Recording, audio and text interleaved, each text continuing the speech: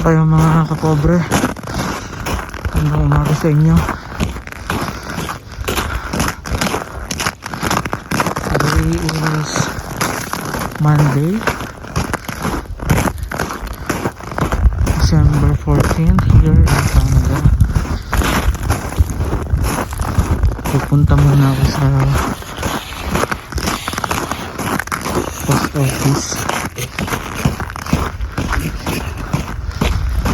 Titingnan ko kung may laman na yung mailbox ko.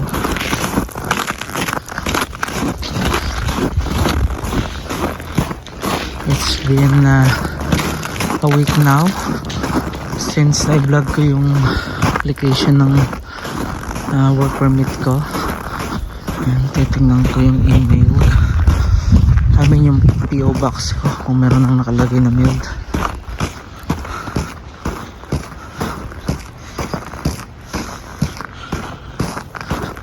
Very icy ngayon yung paligid. Okay, yung temperature naman is just minus 11.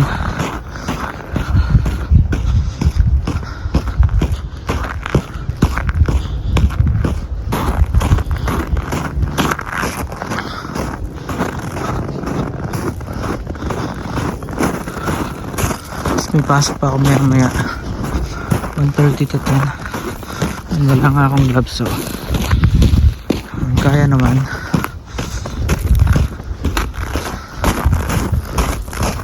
I hope na meron na para malaman ko na yung result.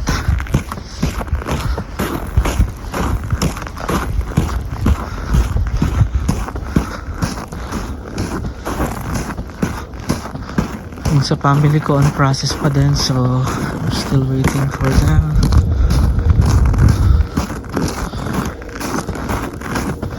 Mabilis ngayon yung processing time ng IRCC. Na-notice ko na even weekends they are working. Talagang double job sila ngayon.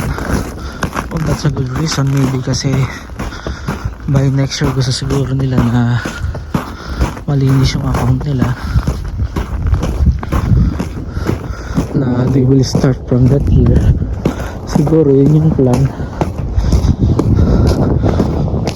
Naman ko naman. So ito yung main road. Ayan. Walang masyadong sasakyan pa kasi maaga pa. Swede pa lang.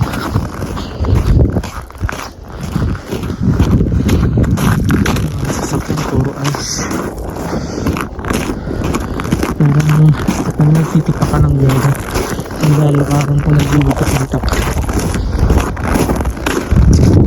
Galas kalagit dito.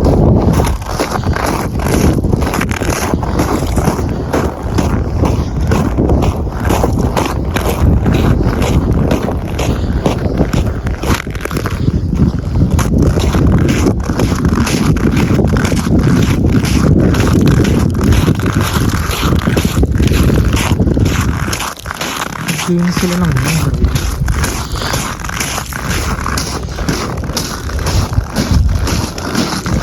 Yung load ulit yung dito lang nalalagay sa gilid kasi yung mga tinanggal nilang snow. Dito lang siya nakakip. Yung kumakapal lang siya, na kumakapal tumataas na tumataas. Within this week meron na namang snow na paparating.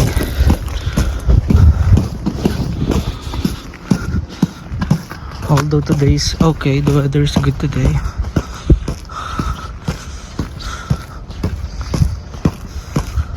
Nakita nyo ba?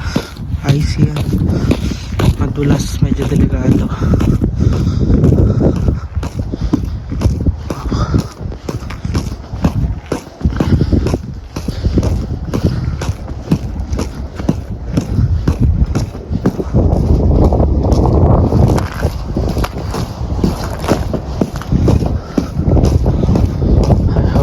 Good news dito. Nakakakaba mga kapobre. Kasi sobrang higpit ng Canada. Talagang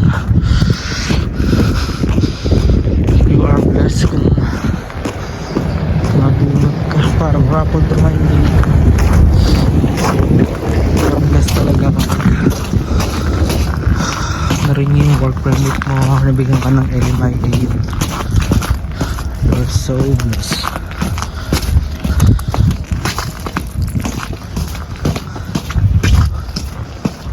Ayun po yung paligid ko, maaga pa kasi.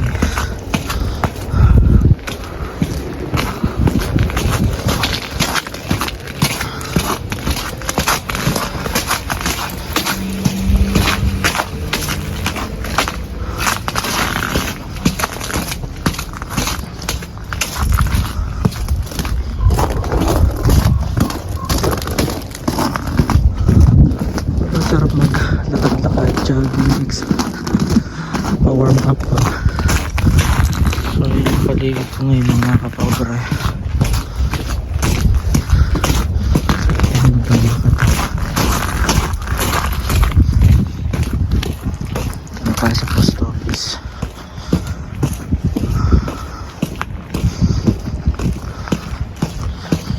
Update ko na lang kayo kung anong balita.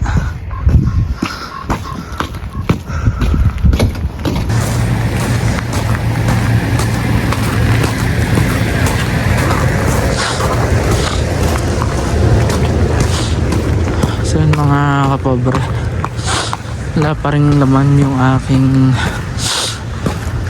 PO box. So try ko ulit tomorrow, Tuesday, kasi Monday pa lang naman ngayon. Baka ngayon pa lang talaga yung delivery niya. Tingnan natin. So alam ko Canada Post is on strike also ngayon. Kaya sabi ng teller sa post office na possible na ma-delay.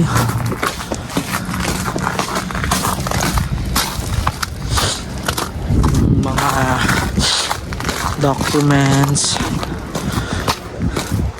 mga parcels, so okay.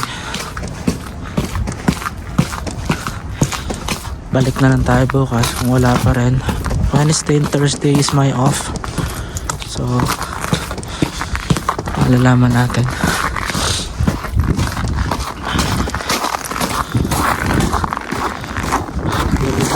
Gloves na ako, hindi na kaya ng kamay, parang puputok yung kamay ko eh.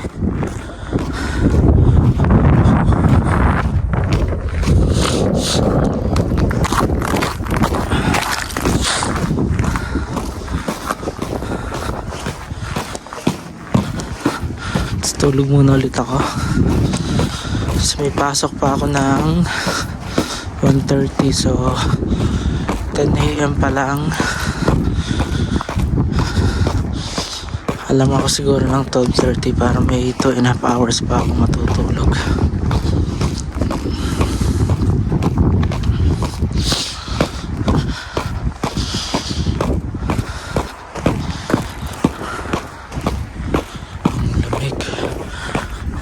Playground lang makapaglaro ng mga bata kasi sobra talaga lamig. Sabi nila by January nandun yung peak ng winter, so meaning to say yung temperature will drop to -35. Last year naranasan namin yung -40 eh.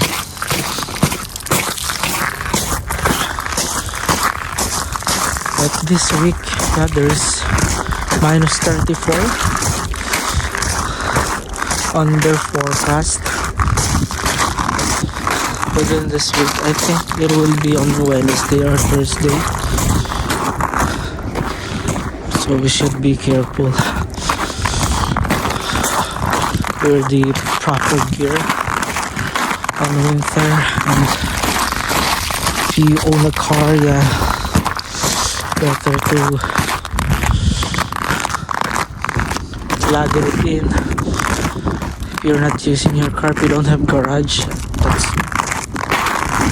better to plug it in because it won't start.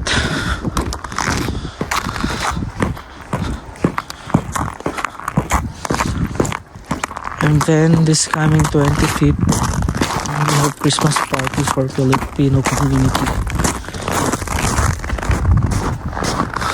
And I think 24 and 25th we are closed on our work. Celebrate sila so yun. At least may pahinga, and the good thing is it will be my days off, kaya okay lang. Kasi sayang din yung isang araw. Alam niyo naman kung gaano kalaki yung kikitain dito kada araw kung walang work, walang pay. So no work, no pay, and it's a pain in the butt. I prefer to work rather than taking too long of days off. Well, if my family will be here, that will be fine for sure, because we'll do a lot of travels, and definitely I have to purchase a car, so that's the plan. But for now, the main goal is just for my approval of work permit, and then for my wife and daughters to be in here in Canada. That's the main goal for now. After that, then we'll move to the next plan.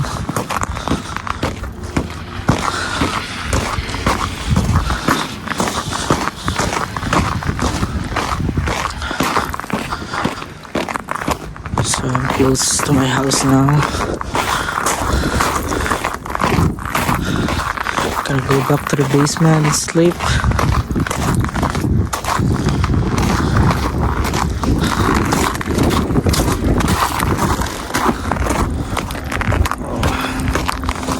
It's a little bit busy day for this road.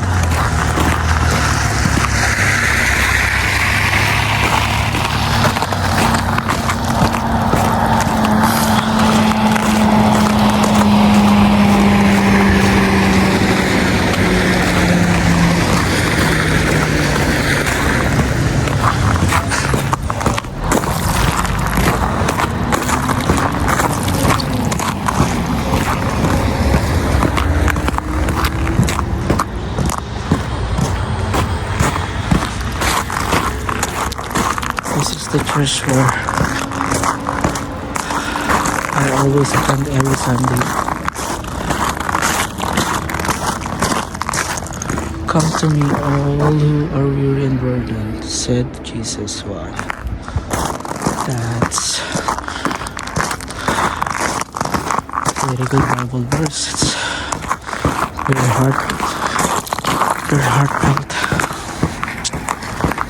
and very inspiring.